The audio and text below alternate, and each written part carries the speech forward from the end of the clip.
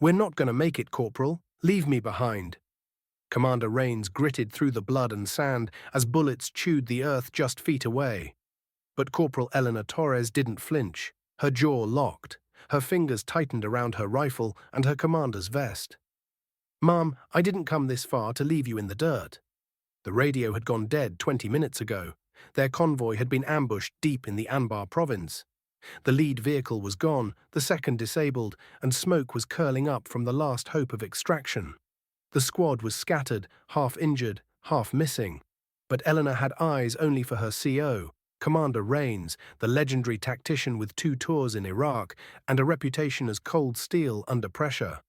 Now she was bleeding out, her leg shredded by shrapnel, face pale under the desert sun. And every voice on the comms had gone silent. Elena was the youngest in the squad and the only woman. She'd already been called too soft during training, not fast enough in drills, and just a diversity hire behind her back. She remembered all of it now as she hoisted the full weight of her commander onto her back, heart hammering. Machine gun fire echoed across the hills. They were still being hunted. She ran anyway. The desert blurred into streaks of gold and gunmetal. Her legs screamed. Her throat burned. Every footstep sounded like a death sentence. But Eleanor didn't stop. 1 mile, then 2, then 3. The sun rose higher, baking their skin, and still she moved. Her commander half-conscious, whispering nonsense, fading. Somewhere near the 4th ridge, they stumbled into an abandoned outpost. Eleanor kicked the door in, laid Rains down, and collapsed beside her. Her hands trembled as she patched the wound with torn cloth and whispered, "You're not dying today, Mum, not on my watch." That night, while the stars blinked silently above, Elena stood watch alone, dust-covered, dehydrated, exhausted, but unbroken. And that's where the rescue team found them. 72 hours later, they expected corpses. They found a soldier on her feet, weapon raised, guarding her wounded commander like a lioness protecting her cub. Eleanor hadn't slept. She hadn't eaten. She hadn't moved more than a few feet from Rains. And when they asked her how she survived, she simply said, "I remembered what she taught me. Never leave your own." Back at base, the headlines exploded. Wounded commander rescued by young female corporal. Her courage saved an entire mission. She walked through hell with a commander on her back. But not everyone was clapping. Some high-ranking officials called it reckless. Said she should have waited for extraction, stayed hidden. Said she put herself and her commander at risk. Eleanor stood quietly in the debrief, jaw tight, eyes steady. She didn't argue, she didn't cry. But Commander Rains did.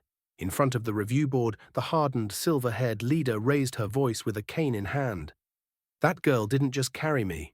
She carried the future of this army on her back, and anyone who thinks otherwise has never seen true leadership." Then came the backstory the world didn't know. Elena had grown up in a border town, raised by a single mother who worked double shifts cleaning houses. She joined the military not for medals or praise, but to prove something. That grit and loyalty weren't gendered, that you could serve with fire in your chest and kindness in your heart. That courage sometimes looks like staying when everyone else would run.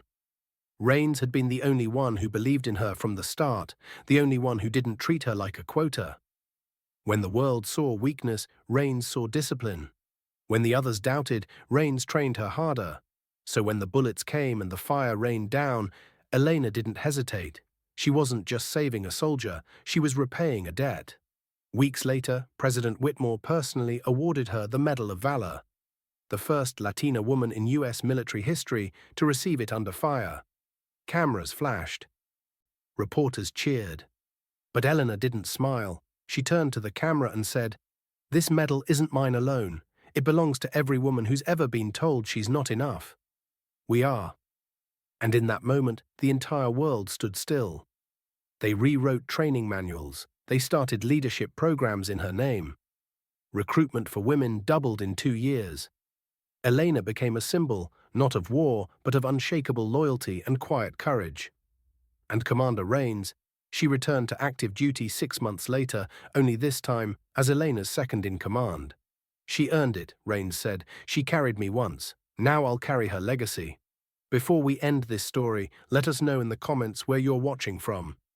We'd love to hear. If this story touched you, don't forget to like the video, subscribe to the channel, and let us know how you feel in the comment.